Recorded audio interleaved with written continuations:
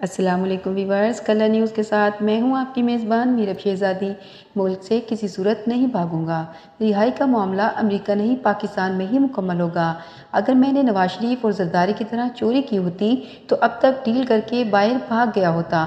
मैंने बाहर नहीं जाना, मेरा नाम मुस्तकिल तौर पर ECL पर डाल दे। जेल में सहाफ़ी और वकील से इमरान खान की गुफ्तगू। तफसीलात के मुताबिक पाकिस्तान तहरीक इंसाफ के कायद और साबिक वज़ीर आज़म इमरान खान का कहना है कि मुल्क से किसी सूरत नहीं भागूंगा। मेरी रिहाई का मामला अमेरिका नहीं बल्कि पाकिस्तान में ही मुकम्मल होगा। अडयाला जेल में सहाफ़ी और वकील से गुफ्तगू करते हुए उन्होंने कहा कि डोनाल्ड ट्रंप को 47वां अमरीकी सदारती इंतखाब जीतने पर मुबारकबाद देता हूँ। डोनाल्ड ट्रंप की जीत पाकिस्तान के लिए खुशाइंद है। मुझे उम्मीद है सदर ट्रंप कम अज़ कम न्यूट्रल होंगे और जो बाइडन की तरह नहीं होंगे, जिन्होंने बाजवा की तरह हुसैन हक्कानी को इस्तेमाल करके जो मेरे खिलाफ लाबी की गई इस पर यकीन किया। अपनी 2 गलतियां तस्लीम करता हूं कि जनरल बाजवा की मुलाजमत में तोसी देना मेरी सबसे बड़ी गलती थी और कमज़ोर इत्तेहादी हुकूमत लेने के बजाय मुझे दोबारा इंतखाबात करवाने चाहिए थे।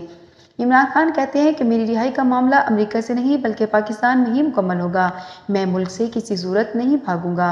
मेरा नाम मुश्किल तौर पर ECL पर डाल दें, मैंने बाहर नहीं जाना। पहले नवाज शरीफ बाहर गया, अब इसकी बेटी भी बाहर चली गई। बैरून मुल्क इलाज इंतहाई महंगा है और इनका सारा टब्बर बाहर बैठा हुआ है। इनकी जायदादें और इनके पैसे मुल्क से बाहर हैं। अगर मैंने नवाज शरीफ और जरदारी की तरह चोरी की होती तो डील करके मुल्क से भाग गया होता। उन्होंने कहा कि मुल्क में जमहूरियत बराए-नाम रह गई है। अदलिया एक जमहूरी मुल्क में आज़ादी की ज़मानत होती है, जो अब नहीं है। मुल्क में सिर्फ इंतखाबात से जमहूरियत नहीं आती। हकीकी जमहूरियत के लिए साफ शफाफ इंतखाबात, आज़ाद अदलिया, कानून की बालादस्ती और एहतसाब का होना ज़रूरी होता है, वरना इंतखाबात का ढोंग तो डिक्टेटर भी रचाते हैं। मुल्क के मीडिया पर इस वक्त मुकम्मल सेंसरशिप है। मैंने अखबारात देखे हैं, इनमें मेरा कोई बयान नहीं छपता। साबिक वज़ीर आज़म का कहना है कि इस वक्त हुकूमत ने आइन में तरमीम करके सुप्रीम कोर्ट पर भी कब्जा कर लिया है। ये जो मर्जी अब नाइंसाफ़ियाँ और जुल्म करें, अब इनसे कोई नहीं पूछेगा। तहरीक इंसाफ जो मुल्क की सबसे बड़ी जमात है, इसको हराने के लिए काजी फायजीसा और चीफ इलेक्शन कमिश्नर ने इनके साथ मिलकर मैंडेट चोरी में इनकी मदद की। उन्होंने जो पाकिस्तान के अवाम के मैंडेट पर डाका मारा, इसको बचाने के लिए उन्होंने ये सारी कानूनी साजी इस गैर आइनी पार्लियामेंट, गैर आइनी सदर, गैर आइनी वज़ीर आज़म और इस फार्म 47 की पैदावार निज़ाम का इस्तेमाल करके आइनी तरमीम करवाई है। इस कानून साजी का मकसद सिर्फ पाकिस्तान के अवाम के हकूक़ को स्लिप करना है। बानी चेयरमैन PTI का मौक़िफ़ है कि आर्मी चीफ की मुलाजमत में तोसी फ़ौज का अंदरूनी मामला तब होता अगर आर्मी चीफ न्यूट्रल होता। मौजूदा आर्मी चीफ इस नाजायज़ हुकूमत को तहफ़्फ़ुज़ फराहम कर रहा है। हुकूमत ने मैंडेट पर मारे गए डाके को तहफ़्फ़ुज़ देने के लिए आर्मी चीफ की मुलाजमत में तोसी की है। इस पर पार्लियामेंट में कानूनी बहस होनी चाहिए थी। ये इंतहाई अहम मामला था और इस पर कोई कानूनी बहस किए बगैर कानून साजी कर दी गई। उन्होंने कहा कि मैं अपनी सारी पार्टी बिलखुसूस क़यादत को ये पैगाम देता हूँ कि एहतिजाजी तहरीक की तैयारी करें। एहतिजाज की क़यादत तहरीक इंसाफ की ज्वाइंट लीडरशिप करेगी।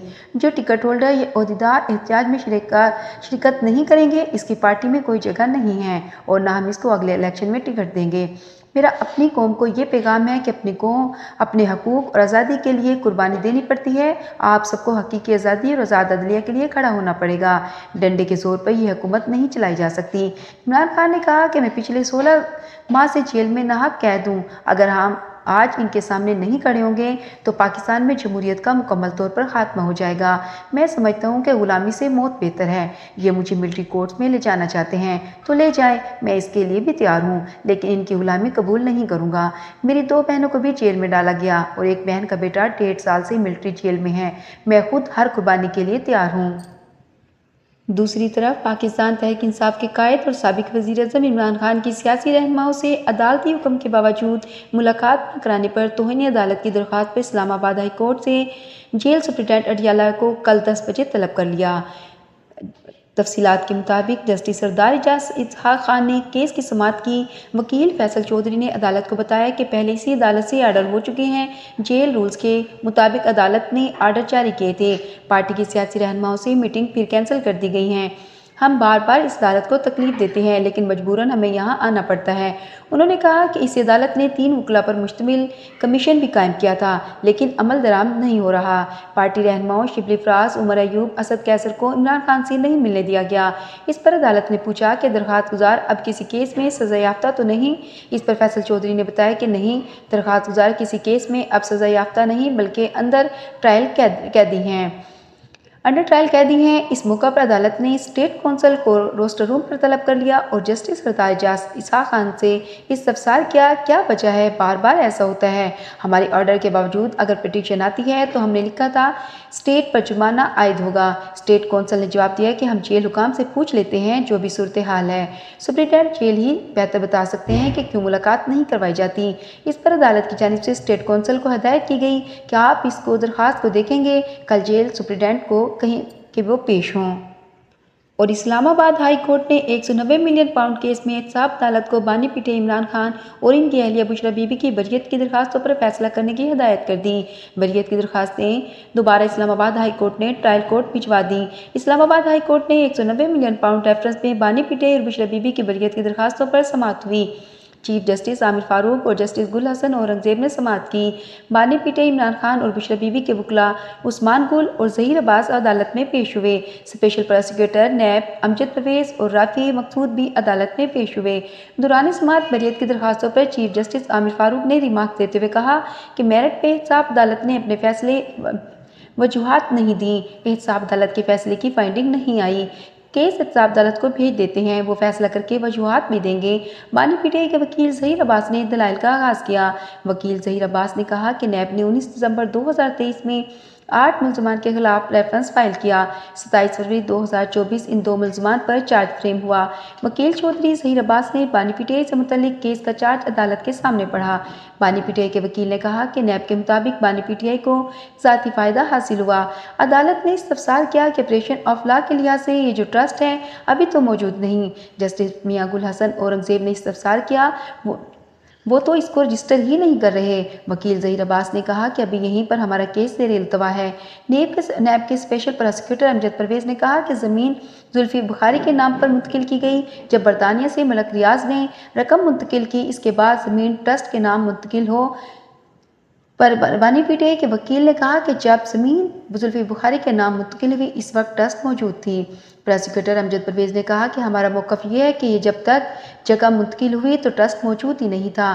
احتساب عدالت نے میرٹس کی بنیاد پر فیصلہ نہیں دیا۔